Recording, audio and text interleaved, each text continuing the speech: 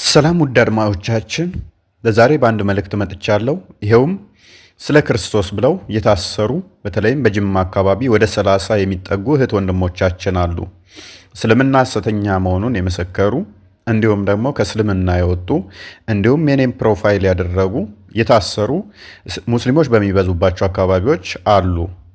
እነኚህን አካላት ሕግ ሳይሆን ያሰራቸው ራሳቸው የህግ አካላት የሆኑ ማለትም አመራር ላይ ያሉ ኡስታዞች ናቸው ይህን እያደረጉ ያሉት። ፍርዱንም እየሰጡ ያሉት ምንድነው? እሱ ወደ እስልምና ከመጣችሁ እንለቃችኋለን፣ ወይንም ደግሞ መስጊድ ላይ መታችሁ አጥፍተናል ይቅርታ የምትሉ ከሆነ መስጊድ መታችሁ እንፈታችኋለን እያሏቸው ነው። በጣም አስቂኝ ሴኩላር የሆነች ሀገር ላይ እንደዚህ አይነት ፍርድ የሚያስቅ የሚያስገርም ነው።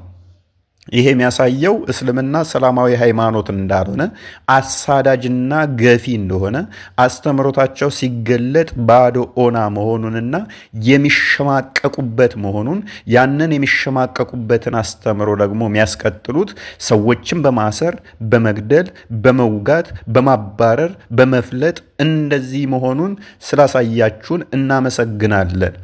እነኚህ እህት ወንድሞቻችን ወንጀል ሰርተዋል ተብለው በህግ የተያዙ ወይንም ህግ የፈረደባቸው ሳይሆኑ ኡስታዞቹ በራሳቸው ፈላጭ ቆራጭ ሆነው መስጊድ ላይ መጥተው እንደዚህ ያድርጉ። አንዳንዶቹ ሻዳ ያዙ፣ አንዳንዶቹ ወደ እምነታቸው ወደ ቀድሞ ይመለሱ፣ አንዳንዶቹን ደግሞ መስጊድ መታችሁ ይቅርታ ጠይቁ የሚል ነው።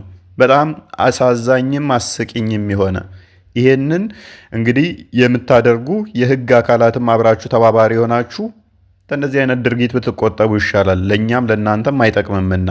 በዚህ ውስጥ ደግሞ የእኛ አባቶች ዝምታን መርጠዋል። ሜቢ እፎይ በጽሁፍ እፎይ የተባለው የሶሻል ሚዲያ አንቂ በጽሁፍ በአካል ቀርቦ ማመልከቻ አላደረሰንም የሚል መግለጫ ሊወጣብኝ ስለሚችል ኤንዌስ ድምፅ እንዲሰሙት አድርጓቸው፣ ይህንን ድምፅ እንዲሰሙት አድርጓቸው።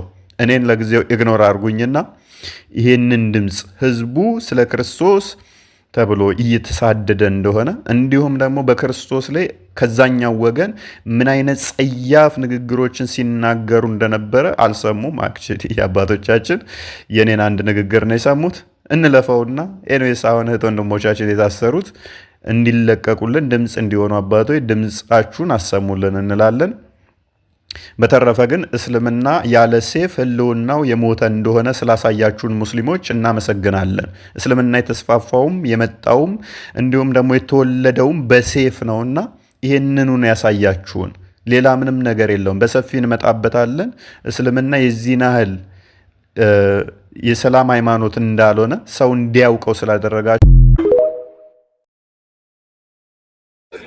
ክርስትና የሚባል እምነት ነበር እንደ ልካ ኢትዮጵያ ላይ የሚባልበት ቀን ይመጣል። እናንተ ተሳደቡ፣ እኛ እናሳደብ። ወዳጃችን እንደሰማችሁት ምን እያለን ነው? እንደው ኢትዮጵያ ውስጥ ክርስቲያን የሚባል ነገር ነበረ የሚባልበት ጊዜ ይመጣል አለ። ያው እናንተ ተሳደቡ እኛ እናሰልማለን በሚለው ማለት ነው። ተሳደቡ የሚለው ይቆየን፣ የምንሳደብበት ምንም ምክንያት ስለሌለ አንሳደብም። ግን አሁን ያልከው ነገር በፍጹም በጭራሽ ሊሆን የማይችል ግን የድፍረት አደገኛ የድፍረት ንግግር የተናገርከው። አሁን አንተ ያልከውን ራሱን ማድረግ ባይቻልም ግን እንደው የተወሰነ ለመሞከር ልትሞክር ራሱ የምትችለው ከሞከርክም ይሄ ሌሎች ዓለማት ላይ እንደተደረገው ይሄ በጂሃድ ምናምን ካልሆነ በስተቀር ቀጥታ በማስተማር ምናምን ነገር ይህንን ህዝብ እዚህ ሚዲያ ላይ ምን ያደርጋሉ መሰላችሁ? አንዳንድ ሙስሊሞች እንደው ገሌ ሰለመ ሻሃዳ ሳያዝናቸው ምናምን እያሉ እያመጡ ሃይማኖታዊ ፕሮፓጋንዳ ለመስራት የሚሞክሩ አሉ። እሱን አሳያቸዋለሁ። ነገ ወይ ከነገ ወዲያ ቪዲዮ እሰራበታለሁ። ማለት ከክርስትና ወደ እስልምና ሳይሆን እዛው ራሳቸው ሲጀመር ሙስሊም የነበሩ እዛ ራሳቸውን ደግሞ ክርስቲያን አስመሰለው ወደ እስልምና እንዲሄዱ እያስመሰሉ የሚሰሩት ነገር አለ። በጣም በርካታ ከኦርቶዶክስ ወደ እስልምና ሄድን ይሉና እስቲ የክርስትና ስማችሁ ማን ነበረ ሲባሉ አንዱ አሁን ርብቃ አለች ሃይማኖት፣ አንዱ አቤል ምናምን የክርስትና ስም ኢማጂን እና አሳያችኋለሁ እሱን። ለማንኛውም በማስተማር ወይም በአስተምህሮ ይህንን ህዝብ የኢትዮጵያን እንደው የሚያስገርም ልበ ሙሉ የሆነውን ይህንን ክርስቲያን ህዝብ ወደ እስልምና እናመጣለን። ይህን ሁሉ ህዝብ ከዛ በኋላ የክርስትናን ስም አጠራሩን ከኢትዮጵያ ላይ እናጠፋለን ማለት ምን ማለት መሰለ? ባጭሩ ኢየሱስ እርሱ ጌታ አይደለም ፈጣሪ አምላክ አይደለም ብለን ማስካድ እንችላለን። ይሄ እንደማለት ነው። ይሄ በጣም የድፍረት ንግግር ነው፣ አደገኛ ነው። የቀላል መስሎ ነው የታየ ማይ ብራዘር፣ ወይስ እንደው ለፕሮፓጋንዳ ያለ አይደለም? ኢየሱስን አንስተ ይቅርና ቅድስት ድንግልን አንስተ ድንግል ማርያም እኮ ማምላክ አይደለችም። ወላዲት አምላክ አይደለችም ብትለው ዞር በል የሚል ማለት እርግጥ ነው ነገረ ክርስቶስ አለው አሁን የተናገርኩት ውስጥ የወላዲት አምላክ የሚለው ውስጥ ግን በቃ የእመቤታችንን ስም ራሱ አንስተ ማለት ነው እሱን ማስካድ አትችልም። አይደለም ቀጥታ ኢየሱስ እየተነሳና ማለት ነው። ይህ ብቻ እኮ አይደለም ጌታችን ኢየሱስ ስለ እኛ የከፈለው ያ ሁሉ መከራ፣ ያ መሰቀሉ፣ ያ ሞቱ ዓለም በታሪክ ደረጃ ሳይቀር እንኳን ያወቀውን ስቅለቱን መጥቼ እንዴት ላስክድ ትላለህ? ማለት እስልምና ኢየሱስ አልተሰቀለም፣ አልሞተም፣ አልተገደለም ስለሚል ማለት ነው። ስለዚህ አልሞተም ብቻ ሳይሆን አልተነሳምም። እንዴ የትንሣኤያችን በኩ ክርስቶስ ኢየሱስ ትልቁን ተስፋቸውን አስክዳለው ብለህ መነሳት ስም አጠራራቸውን እስከ ማጥፋት ድረስ ይሄ በጣም አደገኛ ነው። ይሄ ቀላል በጣም ከባድ ነው። ይህ ብቻ አይደለም። በነገራችን ሌሎች አስተምህሮቶች እንዳሉ ሆነው እስልምና ላይ ብንመጣ ለምሳሌ መሐመድን እንዴ የሆነ ሰዓት ላይ ብቅ ብሎ በቃ ነብይ ነኝ ብሎ የመጣን አንድ ግለሰብ ነብይ ነው ብለህ ተቀበል ብለህ እንደማስገደድ ማለት ነው። ይሄ ቀላል አይደለም እኮ ባይዚ ብዙም ማገናዘብ የማይችሉ ሰዎች ዝም ብሎ እንደዚህ ካልተቀበሉት በስተቀር ማገናዘብ የሚችል ሰው ማስረጃ ሊጠይቅ ይገባል። ማለት ብድግ ብሎ የሆነ ሰው ነብይ ነኝ ብሎ ስለመጣ ብቻ ነብይ ተደርጎ አይቀበልም ማለት ልንቀበለው አንችልም። ከእርሱ ቀደም ስለ መሐመድ የተናገረ ሰው አለ? የለም። አንድ የለም። አንድ ታዲያ ከሱ በፊት የነበሩ ነቢያት ሁሉ እንደው እነሱ ነብይ ለመሆናቸው ማረጋገጫ ከእነርሱ በፊት የነበሩ ሌሎች ሰዎች ስለ እነርሱ አስቀድሞ ተናግረው ነበር?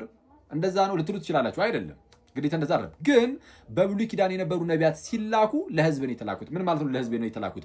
አስቀድሞ የእግዚአብሔር ህዝብ የሚባል ኖሮ እዛው ህዝብ ላይ ነው የሚላኩት። ስለዛ ከዛው ህዝብ ይነሳሉ ወይ ቀጥታ ወደዛው ህዝብ ይላካሉ ነው። መሐመድ ግን አዲስ ህዝብ ነው የጀመረው።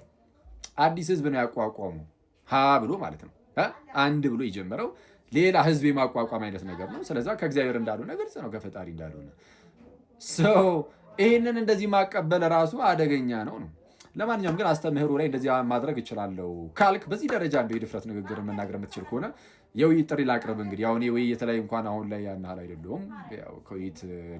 ከዲቤት ነክ ነገሮች ራቅ ብያለሁ። ግን ያው ሙስሊም ወንድመቶችም ጆሮ እንደሚሰጡ ስለሰማሁኝ ስላየሁኝ ምን እናድርግ እንደው ይሄ እናንተ የነቢዩ መሐመድን ምናምን እንደነዚህ አይነት ነገሮች እንዲነሳባችሁ ስለማትፈልጉ እነሱ አንድ ጊዜ ይቀመጡና ይኸው በእኛው ርዕሱና እንወያይ። ኢየሱስ ጌታ ወይም አምላክ ወይም ፈጣሪ ነው ወይስ አይደለም በሚለው እኔ እናንተ ብንወያይ ወዳጅ። ከዛ ቀጠለን እናደርጋለን ስለ ስቅለቱ፣ ሞቱ፣ ትንሣኤው እያለን ደግሞ የምንሄድ ይሆናል ጌታ ይፈቅድልን እንዳለ በራሳችን ርዕስ ማለት ነው። እንደዛ እናደርጋለን። የእግዚአብሔር ሰላም ከሁላችን ጋር ይሁን። አሳውቀኝ።